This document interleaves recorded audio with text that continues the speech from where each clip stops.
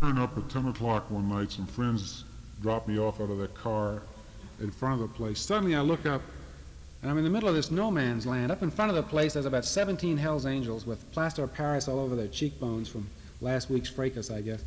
Across the street, there's this enormous paddy wagon, only instead of being parked horizontal along the curb, it's perpendicular, heading in towards the door of the place, as if it's going to have to crash the Czechoslovak social hall at any moment. So, in one corner, there's a station wagon full of frothing dogs, and at another one, there's police dogs, you understand, and the helmeted motorcyclists and two-way wrist radios, I don't know, the whole business. So I figured there's only one thing to do, which was to go inside since I was in an exposed position.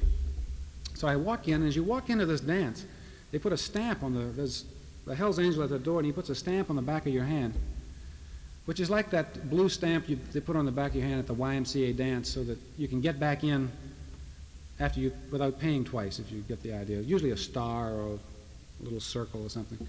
Well, this was a poem. I look down the back of my hand as this poem. It says, when we do right, no one remembers. When we do wrong, no one forgets. Kind of brought a tear to your eye there, you know, the angels there. So I walk on in. Now I'm looking desperately for all the hippies that are going to be there, and Ken Kesey and the Merry Pranksters and everybody, you know. Nobody but Hell's Angels and their old ladies. A few people from other organizations like Satan's Slaves and groups like that. But so now I'm looking for protective coloration. So I go up to one of these guys. It wasn't one of the Hell's Angels, probably one of the slaves, you know. And I say to him, gee, have you seen Ken Kesey? And the guy says to me, you say I'm kind of greasy? And I say, no, man, that certainly isn't what I said. I said, Ken Kesey, the writer. And the guy says, you say you're quite a fighter? And the guy's, he's doing this rhyming thing with me, you know. He's everything I say, he's got me heading towards my final catastrophe. So I'm sort of going sideways like a scuttle crab towards the dance hall. I finally end up in the main dance hall, and nobody's dancing. It's just Hell's Angels and their old ladies are standing in there kind of jumping up and down. And the cry goes up to play the Oscar Mayer Wiener song. It's a tremendous roar. And at this point, some really good group, it's like the Jefferson Airplane or something, are in there. They get up and they start playing the Oscar Mayer Wiener song, which was obviously the favorite song around there. And it went something like, oh, how I wish I was an Oscar Mayer Wiener. Then you could something. I don't think it was the original words in the song, but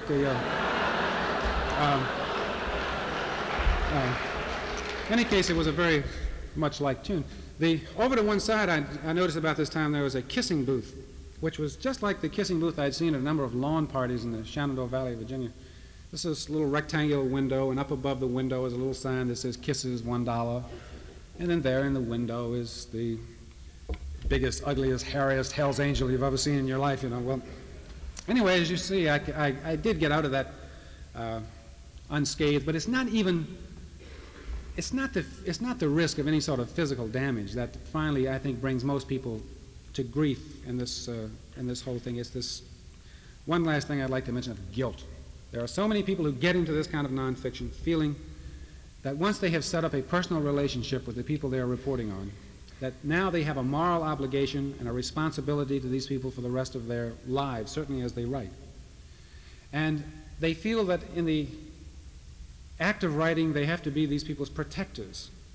And in so many cases, I find that very good writers and very good reporters, because they think they're going to be accused of voyeurism, they think they're going to be accused of toying with people's lives, because after all, you do have to set up a personal relationship to stay with anybody for weeks or months. They get so hung up on this concept that they begin to pull their punches. They begin to tell half the story. They don't give the actual language of the person. They don't tell everything a person does. And I was very interested after I wrote the electric Kool-Aid acid test. For a long time, I never heard a word from Ken Kesey, the Merry Pranksters, or any of these people about their reaction. I didn't really expect to hear, because Kesey was the kind of person who tended to speak in really cryptic sayings, parables, and this sort of thing. Finally, I read an interview in Rolling Stone, great length, in which Kesey was asked in a very point-blank way, what did you think of the electric Kool-Aid acid test? Well, he actually had some rather nice things to say about it, including the accuracy of it. But he finally said the only place where Wolf went wrong was when he tried to be too nice. And then he put his finger on the one place where I truly had pulled my punch. This was a scene of a gangbang involving 50 Hells Angels and a certain girl. And in this scene, there's a rather horrible moment towards the end in which her former husband, who has been ricocheting around the premises at Kesey's place, utterly wrecked, nude, blasted, is invited in by the Hells Angels, and they say, "Come on, boy, have a go," which he does at his own former wife in this situation. And in writing it, I pretended I didn't know who the girl was and that I did not know who her former husband was, when in fact I knew the names of both people. And Kesey said by not using the real names, Wolfe turned what was actually a tragic moment into a piece of low comedy. Well, I don't think it was a piece of low comedy. I still think it is still a horrible scene. But I knew exactly what he was saying. He was saying that once you commit yourself to using this form, to writing in nonfiction about real people, you have to be so convinced of your mission, really, of your mission of discovery, which is really what it should be, that you're willing to let the chips fall where they may. I'm not sure to this day that I would, if I had it to do over again, I still don't think I could use her name or his. And he was dead at the time, so there was no risk of libel or anything of that sort. I still don't think I could do it. There is a place where you end up drawing the line. But he was quite right about you have to steel yourself against that fear, because the final thing that you've really got going for you is, and it's terrible to put it this way, but it's your own ego. In fact, I think that even lends a weird objectivity to what you're doing. It enables you finally to be so concerned with bringing to life the people you're dealing with in full fidelity, bringing to life an entire situation, that you are no longer concerned with peripheral things like issues. You're not concerned with wars in Vietnam. You're not concerned with racial strife. Unless these are the things you're writing about, what you are really concerned with is demonstrating that you have the talent in nonfiction as a journalist to bring this thing alive as fully and completely as it has ever been done in prose. Now, at the very outset, I say that this form has wiped out the novel as literature's main event. Fortunately, it has not replaced it. The novel is in a kind of limbo as far as its status is concerned. So is journalism. The new journalism has no great status in the literary world. Poetry no longer has any set status. The drama no longer has any set status. And I think this is the most beautiful situation that has existed in 100 years, because what this means is all of the old traditions are exhausted. All bets are off. And if there's anybody out there who has an idea in any form, fiction, nonfiction, poetry, or drama, which he thinks will light up the sky, now is the beautiful, perfect moment to try it. Thank you very much.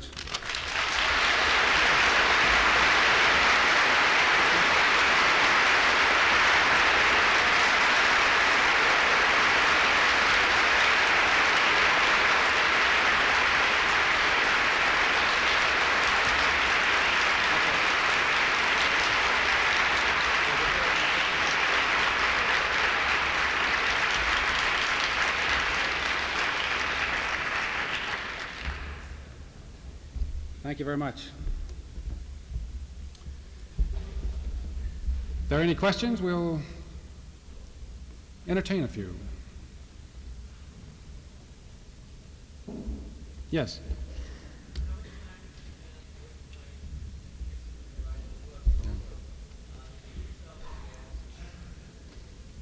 Question is, how much time did I spend with Ken Kesey and the Merry Pranksters in writing the Electric Kool-Aid Acid Test, and did I take LSD myself?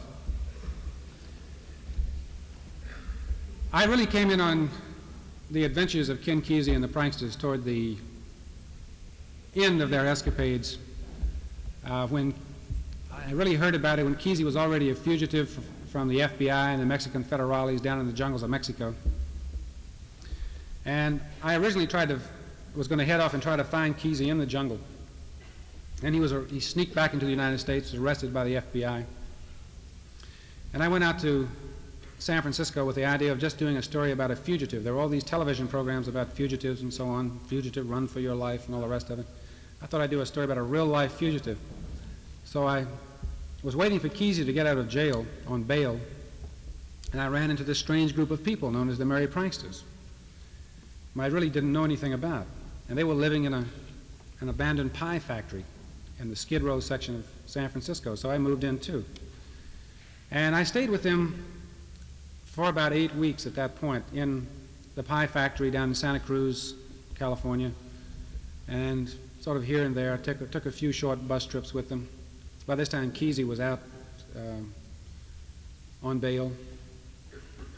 And I think during that period, I got a pretty good feeling of the life that they were leading.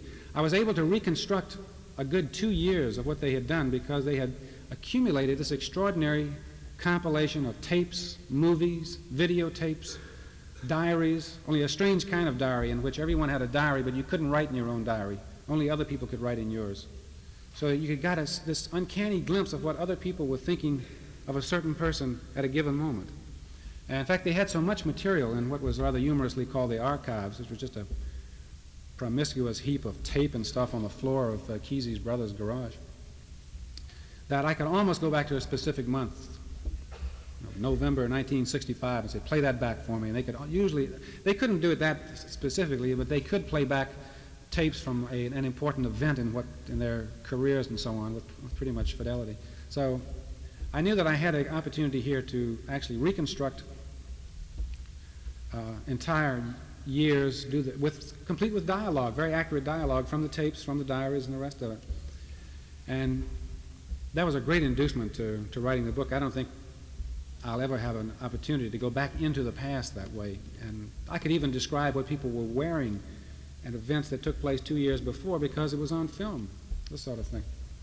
Well, at the outset, I did not take LSD with Kesey and the group. In fact, Kesey was into his beyond LSD phase, which I think was, despite what many people thought this was a cop-out so he could get bail, that he would then announce it's time to go on beyond LSD. I think he was sincere about it.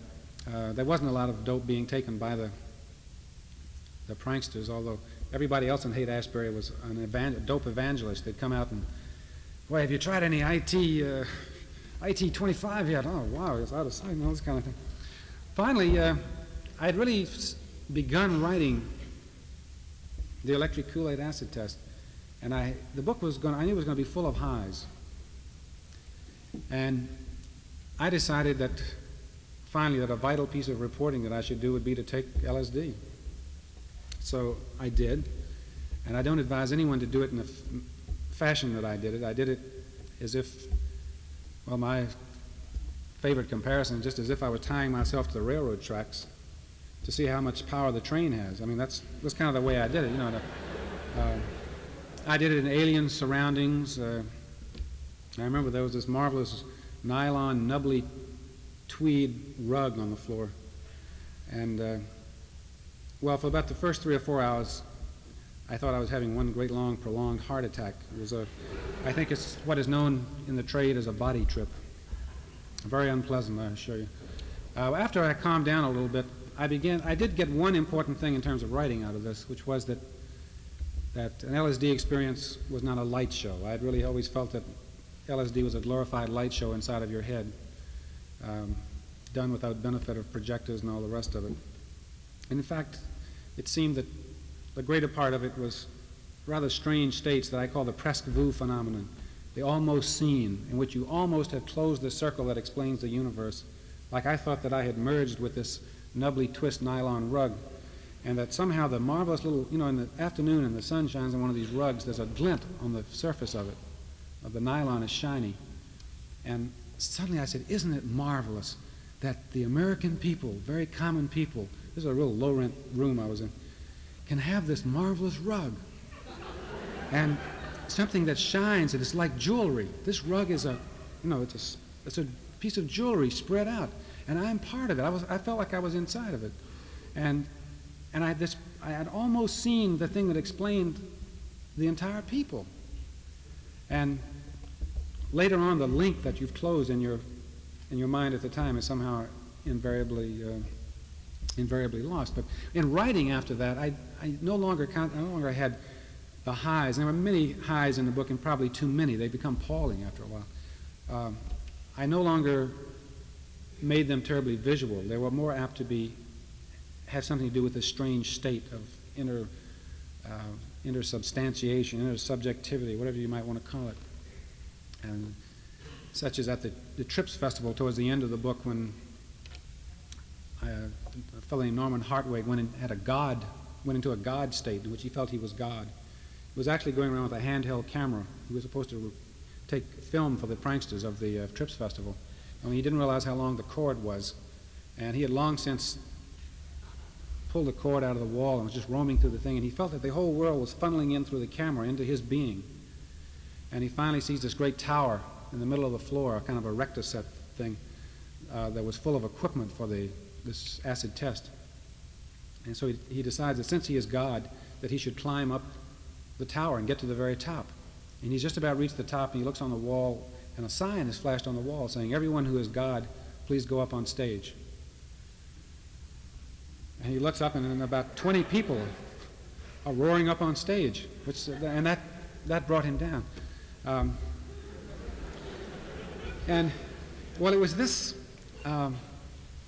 side of the whole thing that began to intrigue me more. I never felt I would never want to take it again, and I never felt that it was any aid to writing per se, although I think it was valuable for what I was doing. And Ken Kesey would disagree with that. He felt that under peyote especially, that he got all sorts of, apparently peyote is a great face drug. You see a lot of faces. And that he got the character of the big Indian, the chief broom in One Flew Over the Cuckoo's Nest from one of these visions. And the whole idea of telling the story of One Flew Over the Cuckoo's Nest through the eyes of a schizophrenic Indian, a giant, placid, schizophrenic Indian, which is a rather bizarre idea. And it worked, of course. Well, he says it came through peyote, and perhaps it did. I don't think it would work in many cases. Yes?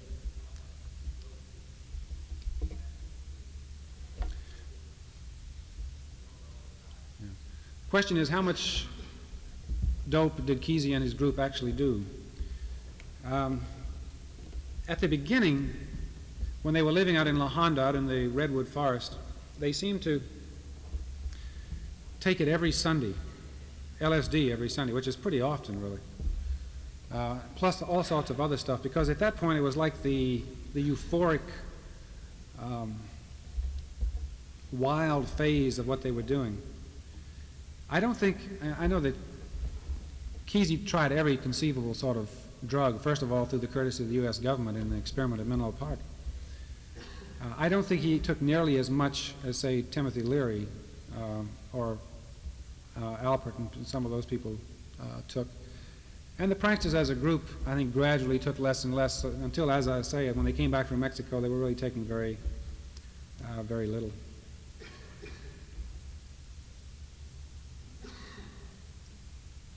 Yes? Well, I'm not currently writing about any particular person. I am doing a book on the subject of vanity now.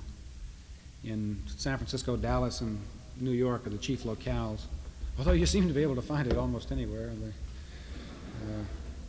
That's what I'm mainly involved in. Good. Yes?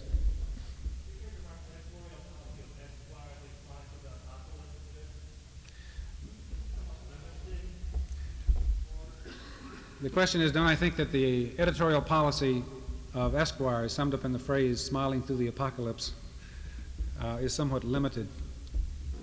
I disagree, actually. I think the great thing, Esquire does have a sophomoric quality, but that's good, I think, because I don't think there'll ever be anything pretentious about Esquire, and I don't think they will ever close their eyes to the element of the human comedy. I believe that as the times have gotten more serious, and the Times suddenly became very serious in this country in 1968 when you had the Tet Offensive, Lyndon Johnson becoming practically just about the first president to, in effect, the first president to resign in office, the assassination of Martin Luther King, the assassination of Bobby Kennedy. The mood of the country became very serious, but this does not mean that the human comedy stopped. And in fact, I think it got crazier. And I'm glad that there are some magazines who do not take our dear solemn times so seriously that they cannot occasionally lapse into the sophomoricism of Esquire.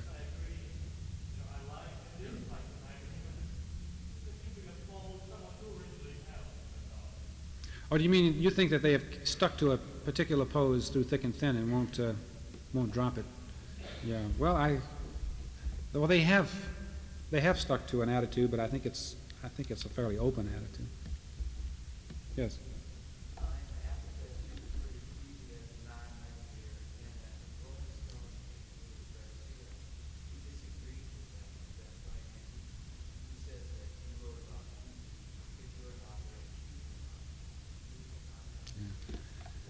The question is that in an interview in Rolling Stone, Jerry Garcia of the Grateful Dead, who was very close to Kesey and the Merry Pranksters through much of their adventures, says that I gave a distorted picture of Kesey's influence in the psychedelic world because Kesey was a writer and I am a writer, and therefore I was intrigued by this sort of figure and gave him more importance than he had.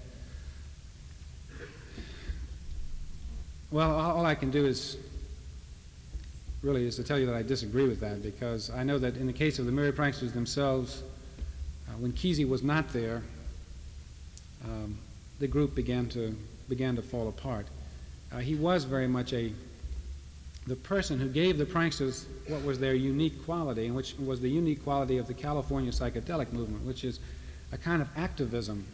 The pranksters were always doing something, maybe something weird and crazy, but they were always doing something, such as the acid tests, or the bus trip, or taking the movies.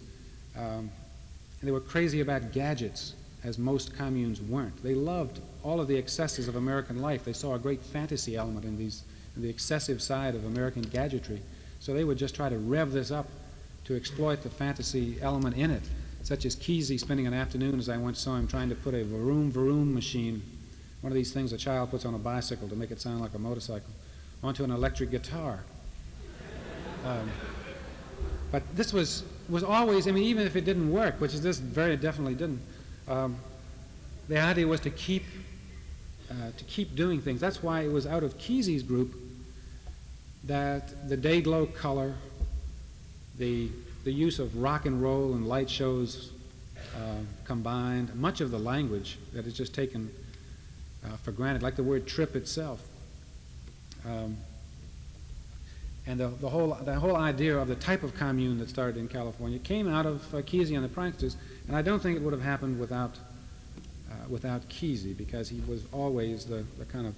There are certain people in life who are like motors, and they keep the current going, and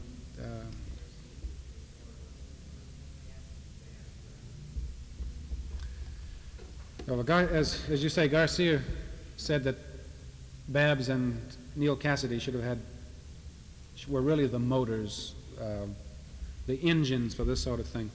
Well, they were important figures within Kesey's group, but again, I simply don't think that without Kesey it would have held together. In fact, when Kesey did leave, went on the run in Mexico, the pranksters, who at that point still had Babs and Cassidy, began to fall apart. It was very much a group, like many religious groups, that cohered around very much a charismatic figure.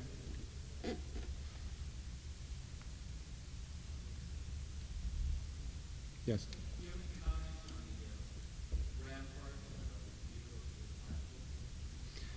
The question is, do I have any comments on the Ramparts review of my last book? The book was Radical Chic and Mau Mauing the Flatcatchers, and the review was entitled Reactionary Chic. I really expected a lot more of that, because the only answer that a lot of people can find if you show humor, the human comedy, or absurdity in hallowed causes, such as the ones that Ramparts follows, is to conclude that it must come out of a right-wing impulse. Ramparts, of course, has degenerated into a pure hack magazine. And when I think under Warren Hinkle's editorship, when it was a real muckraking journal, they did some great things. But now it's like a marvelous 18th century English extension of a political party, and so I don't take it very seriously. But I really thought there would be a lot more of that. It didn't come out until a year after the book had been published.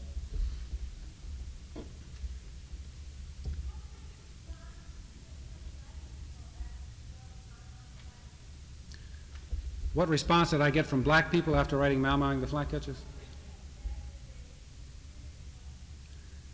Frankly, I got very little reaction, and I was really hoping that that Mau Mauing the Flatcatchers would be at least as widely read as Radical Chic. I don't think it was. I think somehow Radical Chic, which had received so much publicity, kind of overshadowed it. And I don't really have much way of answering your question. I didn't hear very much directly. Yeah. Question is, what is the favorite thing that I have written of my own work? I really like, I'd say the three things that I've really enjoyed writing most, and still, to be honest, chuckle over the most, are the story called The Last American Hero about Junior Johnson, and Mau Mauing the Flatcatchers, which was a piece that just about wrote itself, and everything just seemed to fall into place on it.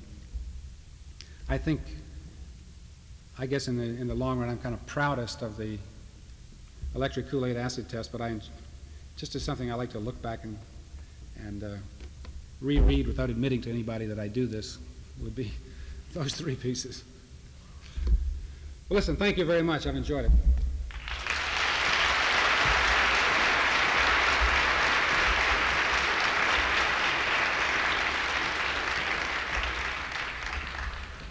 Mr. Wolfe will be available in sort of informal reception in the green room if any of you care to drop in and chat with him there. Thank you very much.